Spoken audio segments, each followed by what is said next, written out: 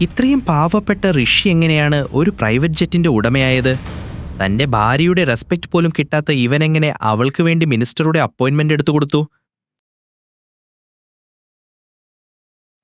Driver, വണ്ടി പെട്ടെന്ന് പുറത്തെടുക്കൂ. ഈ ബാഗും എടുത്തു വെക്കൂ. എന്റെ ഫ്ലൈറ്റിന്റെ ടൈമായി. I M already late. ഈ ഡ്രൈവർ ഇത് എവിടെയാണ്? രാവിലെ മുതൽ ഋഷിയും കാണുന്നില്ല.